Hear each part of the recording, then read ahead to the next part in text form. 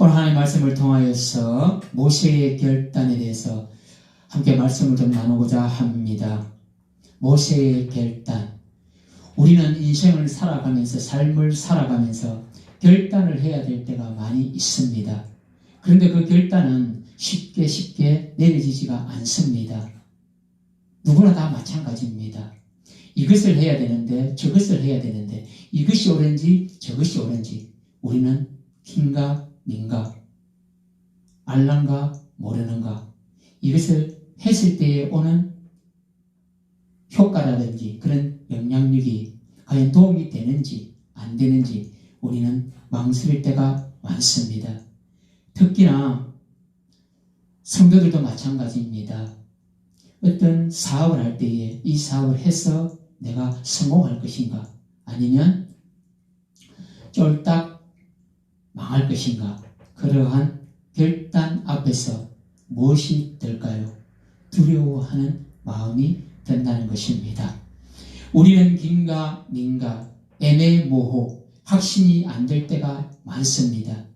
지금 가야 하는 길이, 또 직업이, 사업이 바른지 그른지 옳은지 틀린지 생각을 많이 합니다. 잘 될까 안 될까, 할까 말까, 망설이다가 무엇을 놓친다? 때를 놓칠 때가 많습니다. 이러한 생각과 마음은 시작하기 전부터 우리는 이것을 고민하고 또 고민을 하는 것입니다. 그리해도 우리는 결단을 잘 내리지 못할 때가 있습니다. 이러한 과정이 왜 반복이 될까요? 그것은 실패에 대한 두려움 때문일 것입니다. 그래서 성도는 한 번이라도 더 기도하고 10분이라도 더 기도하고, 때로는 누굴 찾아갑니까? 그 일에 잘 아는 전문가를 찾아가서 묻기도 합니다. 그리고 신중하게 선택을 합니다. 왜 신중하게 선택을 해야 하냐 하면, 그 뒤에 오는 모든 책임은 누가 지기 때문에 그렇습니까? 결단을 내린 내가 다 짊어져야 하기 때문에 우리는 최선의 선택을 신중하게 결단을 내려야 된다는 것입니다. 그래서 성도는 기도하고 작정하고 믿음의 결단을 내리는 것이 중요합니다. 하나님께 묻는 것이 중요하다는 것입니다. 하나님께 물었는데 그 일이, 그 사업이 잘 못되면 누구한테 원망하면 됩니까? 누구한테 원망하면 돼요? 하나님께 원망하면 되잖아요. 하나님 하라 했는데 하나님 저를 왜 이렇게 내버려 두십니까? 이 사업이 왜 안 됩니까? 그렇게 따지고 묻고 해도 하나님은 응답하신다 안 하신다? 하나님은 아무 대답이 없었더라. 이런 경우가 올 수도 있다는 사실인 것입니다. 저도 요즘 고민하는 것들이 있습니다. 뭐 여러 가지가 있지만 그 중에 한 가지는 지금 스포츠 족구 강습을 하고 있는데 회원들 자꾸 느는 거예요. 회원들 자꾸 느는데 이것이 한편 생각하면은 일단 강습비가 들어오니까 마음은 좀 편안한데, 또 그 강습을 하려면 뭐가 투자가 돼야 돼요? 예, 나의 시간과 노력을 또 투자를 해야 된다는 것입니다. 그래서 고민을 하고 있고요. 그 다음에 그보다 더 큰 고민은 바로 우리 옆에 있는 이 사무실이 나갔는데 예배당을 해야 될 것이냐, 같이 해야 될 것이냐, 여기는 예배당, 옆에는 식당과 친교실을 하면 되지 않을까, 그런 고민을 지금 하고 있습니다. 그런데 쉽게 결단을 못 내리는 것은 책임은 누가 져야 되기 때문에, 제가 다 책임을 뒤집으시고 엎으시고 다 책임을 져야 되기 때문에 신중에 신중을 기하고 있습니다. 그런데 하게 되면 당연히 여기에 월세 플러스 저기에 월세를 다 같이 내야 된다는 것입니다. 월세를 배를 내야 된다는 사실인 것입니다. 그런데 그런 어려움과 고난과 비용이 들어가지만 저것을 얻었을 때에 오는 그런 효과라든지 여러 가지 유익한 그런 것들을 우리는 또 생각해 봐야 되지 않겠습니까? 이 15평에 막 이것저것 이렇게 놓으니까 지금 여기 서가지고 보면 막 정신이 없습니다. 제가 볼 때에 여러분들은 그냥 강당만 이렇게 바라보면 그냥 깔끔한 길이 보이지만 여기 딱 서가지고 한번 보면 정말 어지럽습니다. 그래서 저는 고민하고 또 고민을 하고 있는 것입니다. 이런 모든 불편함을 해소시킬 수 있는 방법은 제가 하나님 앞에 결단하고 그 결단을 내리는 것입니다. 그러면 성도들은 무엇을 하면 되겠습니까? 그 결단에 순종하고 따라오면 되는 것입니다. 오늘 모세가 이대로 장인어른에게 저는 애굽으로 가야 되겠습니다. 가족을 데리고 애굽으로 가듯이 모세의 결단이 있듯이 저와 우리 모두에게 뭔가 해야 될 때에 그 결단을 내려야 된다는 사실인 것입니다. 모세의 신앙과 우리가 성격을 조금 살펴보면 모세의 이런 부분들이 있습니다. 처음에는 머뭇거림이 있습니다. 우리가 좀 읽고 있지 않습니까? 그리고 또 모세의 어떤 부분이 있습니까? 강한 것 같지만 연약한 부분들이 있습니다. 그리고 또 모세가 잘하는 것이 무엇입니까? 말씀을 하면 분부하면 순종하고 따라 나가는 부분도 있습니다. 또 모세의 어떤 부분이 좋으냐? 악은 절대로 미워한다는 것입니다. 악을 미워하는 그러한 믿음의 소유자인 것입니다. 또 어떤 것들이 있느냐? 인내함이 있습니다. 오래 참고 기다리며 나아간다는 것입니다. 또 어떤 것들이 있느냐? 온유함이 있다는 것입니다. 이러한 것을 가면서 우리는 살펴볼 수가 있습니다. 모세는 하나님을 처음 만난 순간부터 확 그 모든 것들을 신앙이 성숙되었느냐? 그렇지 않다는 것입니다. 하나님을 만나고 남부터 점점 하나님을 경험하면서 신앙의 인격이 성숙해져 갔다는 것입니다. 우리의 신앙을 잘 살펴보시기를 바랍니다. 처음 교회에 나가서 하나님 만났다 해가지고 막 신앙이 자라고 성장합니까? 그렇지 않다는 것입니다. 점점 조금 더 주께로 가까이 더 나아간다는 그러한 신앙심으로 나아가는 것이 좋습니다.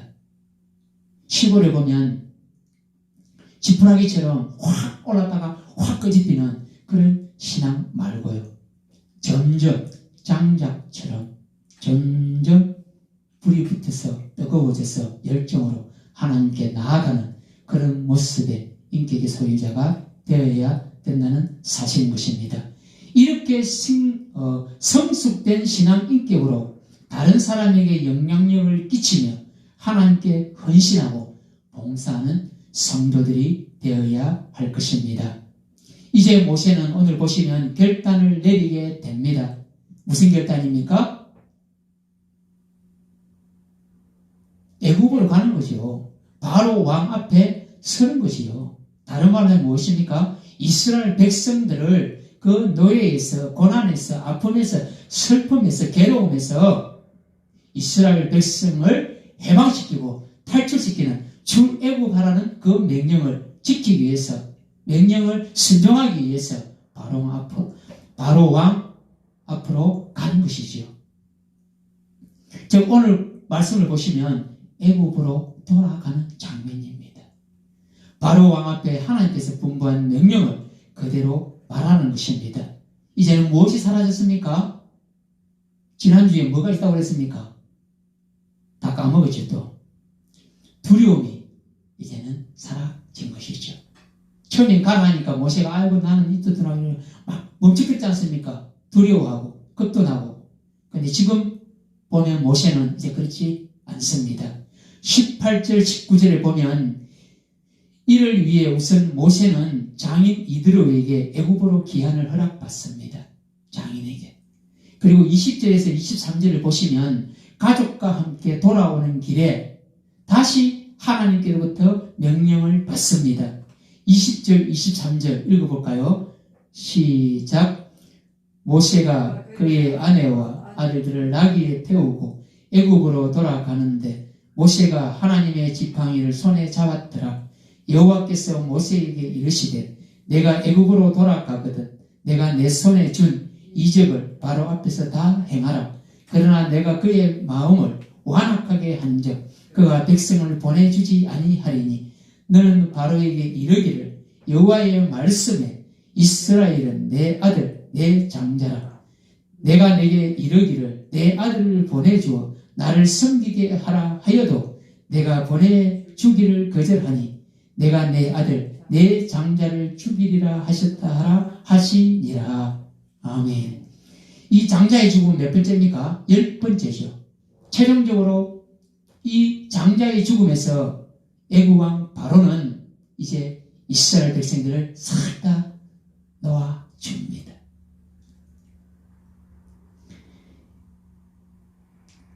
이러한 본문은 하나님의 의를 위해서 또는 고난당하는 동족의 해방을 위해서 모든 것을 위험과 불확실성 속에 내던지는 모세의 위대한 신앙적 결단 행위를 볼 수가 있습니다.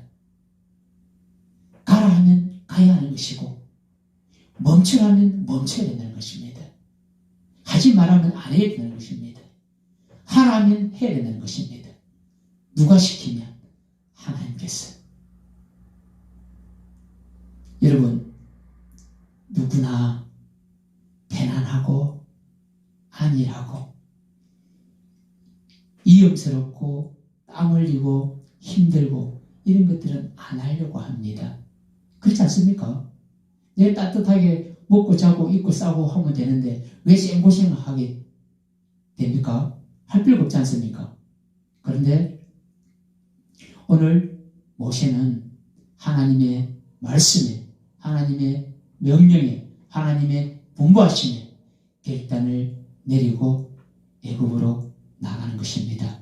모두들 아시잖아요. 보이지 않는 미래와 더 좋아진다는 보장이 없는데 쉽게 결단을 내리지 못한 것은 당연한 것입니다. 또 어떻습니까? 가장 아닙니까? 가장으로서의 가족의 아픔을 고통을 누가 눈뜨고 볼 수 있을까요? 지금 복음을 전하고 교회를 세우는 사역자들에게 종종 다가오는 심각한 문제이기도 합니다. 왜 그렇습니까? 남편으로서, 부모로서, 가장으로서 책임의 의무가 있다는 사실인 것입니다. 그러나 오늘 모세는 지체 없이 결단을 합니다. 그는 위험을 무릅쓰고 가족들과 함께 애굽으로 향합니다. 즉 가족의 운명을 하나님께 맡깁니다. 이걸 보니까 제가 우리 가족들을 데리고 서울로 올라오는 조금 생각이 나더라고요. 그냥 고향에 있었으면 더 좋았을 건데, 더 나았을 건데 그런 생각이 조금 들었습니다. 그런데 또 한편으로 보니까 결단을 했다는 것이 더 잘했다는 생각이 듭니다. 이것은 오늘 모세의 이 결단은 여호수아의 고백 아시죠? 우리가 여호수아 24장 15절에 오직 나와 내 집은 여호와만을 섬기겠노라. 그 결단과 맞먹습니다. 그리고 우리가 너무나도 잘 알고 있는 에스더의 죽으면 죽으리라 따의 그런 믿음의 고백 결단하고 비슷합니다. 맞먹습니다. 또 누가 있습니까? 우리의 믿음의 선배이자 목회자 주기철 목사님의 무슨 각오요? 일사각오 모두가 믿음의 결단, 신앙의 결단을 내린 것입니다. 요한복음 11장 16절에 디두모라 하는 도마가 다른 제자들에게 말하되 우리도 주와 함께 죽으러 가자 하니라. 마태복음 10장 39절에 이렇게 말씀합니다. 자기 목숨을 얻는 자는 잃을 것이요 나를 위하여 자기 목숨을 잃는 자는 얻으리라 말씀합니다. 이것이 어떤 뜻입니까? 바로 일사각오입니다. 그 일사각오는 바로 누구를 위하여서? 나를 지으시고 나를 구원하시고 나를 살리시고 나를 생명 주신 그 하나님의 영광을 위해서 결단하고 나아가는 모습인 것입니다. 성도 여러분, 이러한 신앙의 결단, 믿음의 결단이 우리가 살아갈 때에 필요한 것입니다. 오늘 모세처럼 이제 결단하고 성도는 일사각오로 살아가야 되는 줄로 믿습니다. 24절, 26절에 보시면 이제 모세와 그의 가족들이 나옵니다. 그의 아내와 두 아들 누구냐면 게르솜하고 엘리에셀입니다. 모세에게 따르기에는 부족함이 많았습니다. 왜냐하면 그의 두 아들은 아직 할례를 받지 않았기 때문입니다. 이는 곧 그 두 아들과 그들을 직접적으로 돌보는 위치에 있는 바로 누구요? 두 아들의 엄마, 시포라, 그 언약 백성으로서의 기본 자세를 미처 갖추지 못했음을 뜻합니다. 조금 더 설명을 덧붙이면 그러므로 하나님께서 그들을 막으셨다는 것입니다. 18장 1절 5절에 보면 제가 찾아봤거든요. 미디안으로 되돌려 보내버립니다. 즉 다시 말씀드리면 아론하고 모세하고 둘이만 애국 바로 왕한테 간다는 것입니다. 그리고 그 결과 모세와 아론이 바로 왕 앞에서 어쩌고 저쩌고 이래 해가지고 결국은 10가지 재앙까지 갑니다. 그래서 출애굽 탈출시키죠. 이스라엘 백성들을. 이처럼 온 가정이 하나님의 영광을 위해서 헌신하기는 쉽지 않다는 것입니다. 오늘 그것을 말씀해주고 있습니다. 성도가 결단해야 할 때가 많습니다. 가정도 직장도 그 어느 것도 마음을 잡고 깊이 생각을 합니다. 그리고 자신을 또 돌아보게 됩니다. 말이 결단이지 쉽지가 않습니다. 그렇지 않습니까? 야, 빨리 결단해. 쉽지 않습니다. 하나님의 명령에, 하나님의 말씀에, 하나님의 영광을 위해서 나아갈 때에 오늘 시보라와 그 두 아들은 걸림돌이 되었다는 것입니다. 걸림돌은 어떻게 해야 됩니까? 빨리 치워야 됩니다. 내 인생에 무엇을 걸지 마? 태클을 걸지 말라는 것입니다. 하나님 영광을 위해 나아가는데 그 걸림돌은 해결해야 된다는 것입니다. 하나님께서 그걸 원하신다는 것입니다. 지도자는 오늘 모세가 지도자이죠. 지도자는 모든 곳에서 본이 되어야 합니다. 모든 것을 떨치고 이르는 하나님의 사역자들에게 있어 지나칠 수 없는 것 쉬운 것 중에 하나는 철저한 자기 자신의 점검입니다. 수신제가 지국평천하라는 말처럼 지도자란 모름지기 주위의 흠을 잡고 지적하기 전에 먼저 누구를 돌아봐야 되느냐? 자기 자신을 돌아봐야 된다는 사실인 것입니다. 말씀을 준비하면서 제 자신을 또 돌아보게 됩니다. 아이고 참아야 되는데 한마디라도 더 작게 해야 되는데 내가 말을 하지 말아야 되는데 이러한 생각이 들지요. 우리의 삶이 그렇다는 것입니다. 가만히 있으면 2등이라도 하는데 괜히 내가 말을 뱉어가지고 말을 해가지고 상처받고 상처 주고 교회 올 사람 교회 떠나보내고 이 핑계 저 핑계 되는 그런 모습이 있다는 것입니다. 자, 마태복음 7장 1절에서 5절입니다. 비판하지 말고 내 눈 속에 있는 덜보를 먼저 보라는 말씀입니다. 그래서 우리 세상적 말로 하면 누구와 잘하세요? 니나 잘하세요. 우리 이렇게 잘 표현을 합니다. 성도 여러분, 우리의 자신을 다시 한번 더 점검하고 돌아보시기를 바랍니다. 나는 하나님 앞에 진정 그리스도인으로 빛의 소금으로 우리가 나아가고 있는지 돌아봐야 할 것입니다.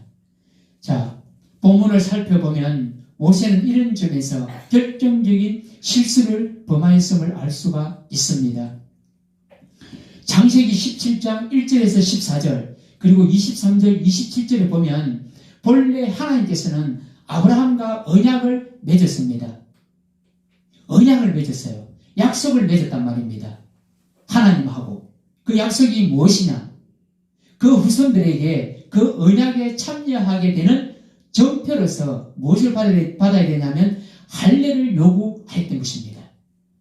따라서 모세의 아들들도 무엇을 해야 되느냐? 마땅히 할례를 받아야 했는데 그러나 그러한 제도를 잔인하다고 생각한 십보라에 의해서 아들의 할례를 약간 뒤로 유보되어 온 듯한 것입니다.